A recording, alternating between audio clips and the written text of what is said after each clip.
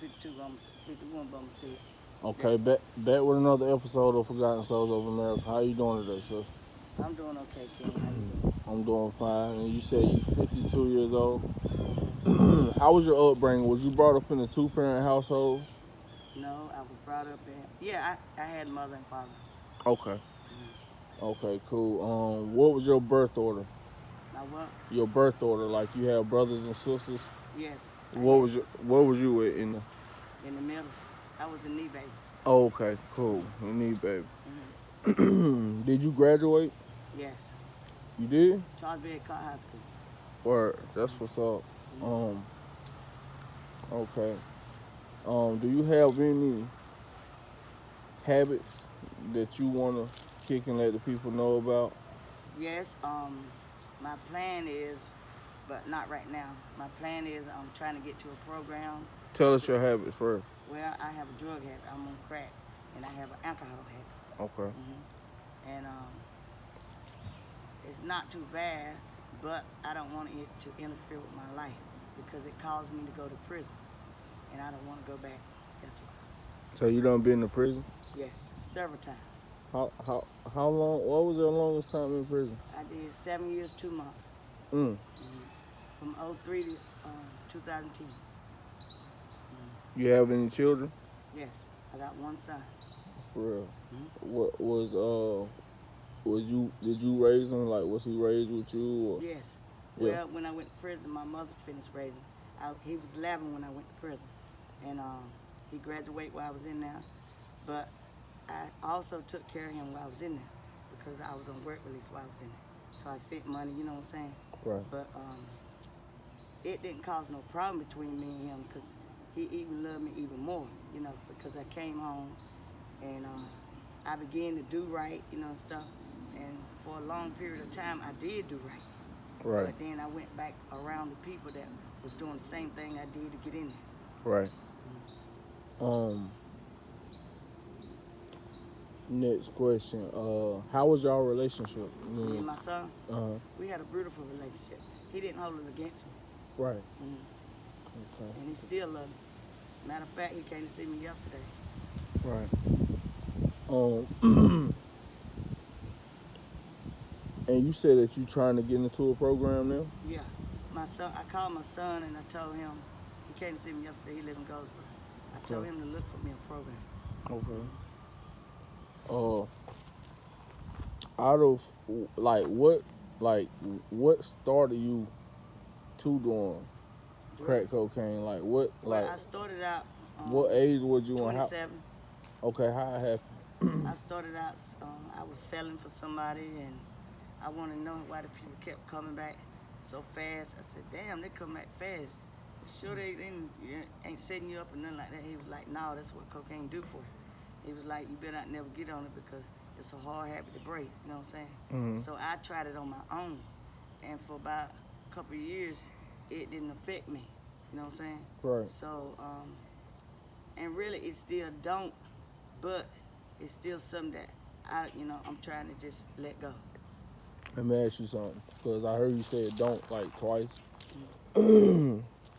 It don't take me to.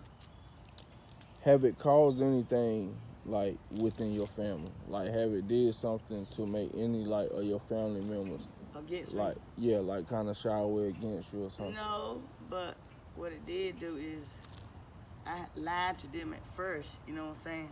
Mm-hmm. And then I lied to them because I kept getting in trouble. Mm-hmm. And they was like, "You got to be on some drugs or you doing something." Right. I said, "No." But then when I ended up in prison, it took me a whole year not to even be in contact with my family because, I was upset with myself. You see what I'm saying? Right. So I said, I had to lay in there and think about, okay, I'm gonna be honest. I'm gonna call my family and let them know why I'm in here. You know what I'm saying? Right. That's the only way they're gonna support me. Right. And so when I did, stuff, I began, while I was in there, to get myself together. Right. And stuff, get in programs. I was a motivational speaker while I was in there. I went to every county in North Carolina speaking to juvenile systems. When you was in prison, right? Mm-hmm. And I was incarcerated when I did it. What? Let me ask you something. Well, what made you come back out here and get back on it? I didn't get straight back on it. The amount of money that I had, you know what I'm saying? Yeah. I came out and I was living good. I did everything I was supposed to do, but it was just that the amount of money I had. I came home with $14,000. Right. So, you know, I started doing it slowly, you know what I'm saying? And then the more money I had, the more I bought, you know what I'm saying? Right. So, and right now, I haven't been back in there for a long period of time, but I can see it gradually making me, like, not pay things I'm supposed to be paying, you know what I'm saying? Right. And then I have to go another route to pay what I supposed to had pay, you know what I'm saying? Right. Mhm. Do you really want to stop it? Hell yeah. If I could, you know, I mean, I know I can, but I gotta go away to do this, you know what I'm saying? Right. But right now I'm doing good with the job I have, but, you know, like I told my son, I'm gonna give myself like maybe a month or two, get, you know, money like I need and stuff, and I'm gonna go.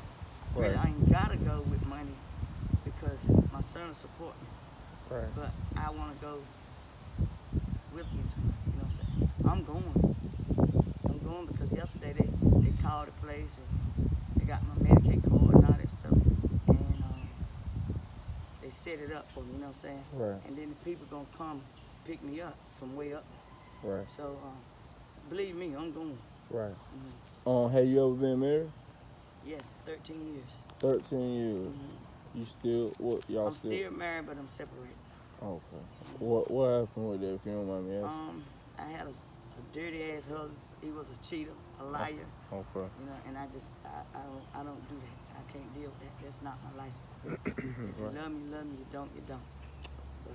But If you can go back in the age of time, a particular age, and you can tell the person that you are now a message to help yourself, and you only got 1 minute to tell yourself what age would you be?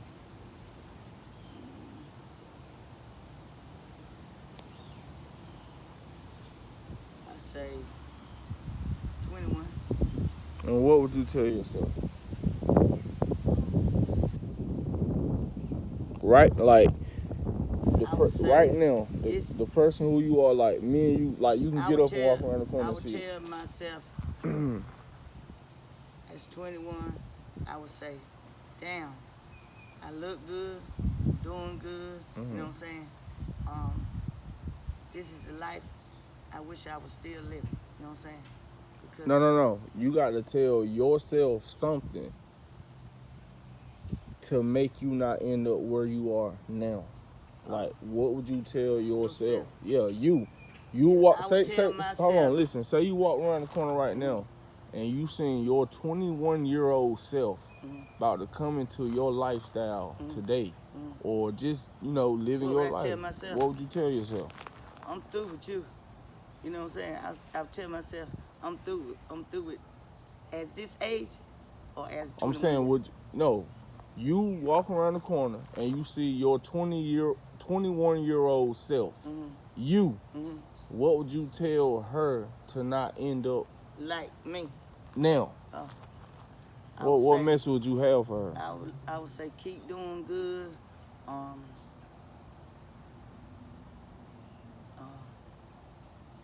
Don't go around people that's doing drugs. You know what I'm saying?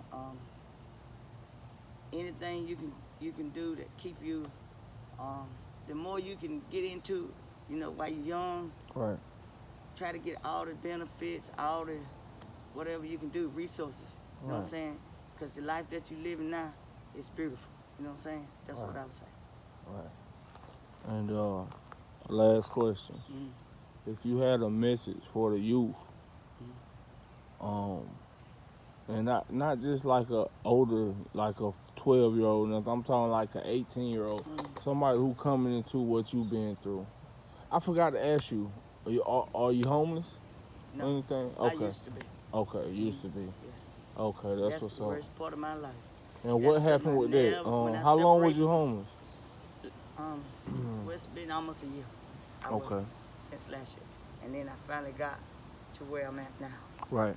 I became homeless because I refused to live with somebody, Mm-hmm. and the resources and stuff that they got here, I see why people are homeless because it's not as supported as they say it is. Right. What's You the know kind of what's the name of those resources that really? Social service, the Hope Station, Mm-hmm. different churches. Really ain't too many. Right. It's not. The government gave them these grants to Help y'all, help help people us, yeah. that are homeless, but the people they don't help the people that really need it. They help the people that don't need it. They help the people they know. Right. That they know, and if some people done been there so many times, and they help you maybe a couple times, they say, oh, we can't help you. You gotta wait 90 days or 6 months to come back. You feel me? Right. And to me, the government need to invest into that more and Right. find out what's going on and what they doing with the money. Right. Mhm. Yeah. Like I said, the question I was asking you, what message would you have to some, like the youth 18-year-old, or 18 or just anybody I would heading tell in your them, direction or want to Uh, have an experience with smoking and shit like that? You know what I'm saying? I would tell them, don't never do it. Even if somebody offer it to you, say no, don't try it because they your friends and they doing it and you just want to join in with the gang and stuff like that because it's going to ruin your life. Right. That's what I would say. And it's sometimes you had to walk away even if that person don't want to be your friend no more. Right. Y'all in school together or y'all grew up together. You can see that he ain't doing nothing good for himself, and your parents trying to make you do something right. So Right. continue to listen to your parents, not your friends that in the street because they not your friends. Right. We're gonna do a follow up in like 6 months to a year to see where you at now, Mm-hmm. so the people will see like what you doing and I'll be at what the you program telling. because it's a year long, Okay. and it's Got- called a Monarch. That's where Okay. I'm going. Okay. And that's in Goldsboro. This It's Wilson. up by the coast or somewhere. I know it's Outer Banks. Okay. Cool. And last but not least, you got a Cash App or anything that you can use in case somebody want to help you out, send you some money while you on your journey, just Yeah. to give you something. Yeah, Do I you got have a a Cash Cash App? What's your Cash App? Or do you Um, got your card on you? Yeah. Where's? $K Thickery. Can I see it right quick? Mhm. Oh. Okay, if y'all can see that Cash App, man, donate to the sister. Send her something to help out while she on her journey. Anything that you want to say to the people before we get up out of here? To To anybody. I can say this. Or to your family. If your son seen this video, I would tell what my would you want to son, tell your child? since I seen him yesterday, Mhm. I would say to him, see, this is a start. I told you when I asked you to call a place for me to get into. Mm-hmm. I hope you see this, Mhm. and I hope you understand that I am really serious about getting myself together. Mhm. And I hope you still love me unconditionally, whatever, because when I get through this program, not only am I a loving mother now, Mhm. I'm gonna be a better mother, Right on. and I'm gonna have a better life, and I'm gonna be stronger, Right. so I can help other people. Right. I want to stay as long as I can, a year, if it take more than a year, Right. because I want to be in there and become a speaker, Right. a motivational speaker, or even see if I can get to be a counselor. Right. You know what I'm saying? Because I feel like this drug that I've tried, Mhm. even though I know I'm a strong person in a lot of areas in my life, Right. but this drug here, you can talk about it and say, oh, I can overcome it. It don't affect me, but it does. It does. It's like It makes you lie to yourself. It makes Right. you lie to other people. Right. It makes you do things that you never knew you would do. Right. And it makes you, the things that you knew you could have been achieved in your life, Mm-hmm. it makes you change your mind. You know what I'm Right. saying? It's not something that I would, if I saw someone that was trying it, Mm-hmm. I would do everything in my willpower to tell them, don't do it. If it took all day for me to talk them out to do it, I would tell them don't do it. I would even, if I had the money, I would even say, come on, let's go shopping. Let's do something positive. Right. Because that right there, that's gonna break you. Right. That's gonna make you look not like you looking now. You look good, but in a year's time, you're not gonna look like yourself. You're not Right. gonna be like yourself. You're not gonna, live like yourself. Right. Don't let something this small that's not prescribed or not prescription take your life, because Right. it'll make you take your life. You'll end up in jail, prison, or the graveyard. You know? Right. It's not nothing. So think about it before you even tried it. You know what I'm saying? Right. It's not what you want. Man, I appreciate your time, man. I hope you have a grand day. I am. I'm gonna have a blessed day. All right, peace, Queen.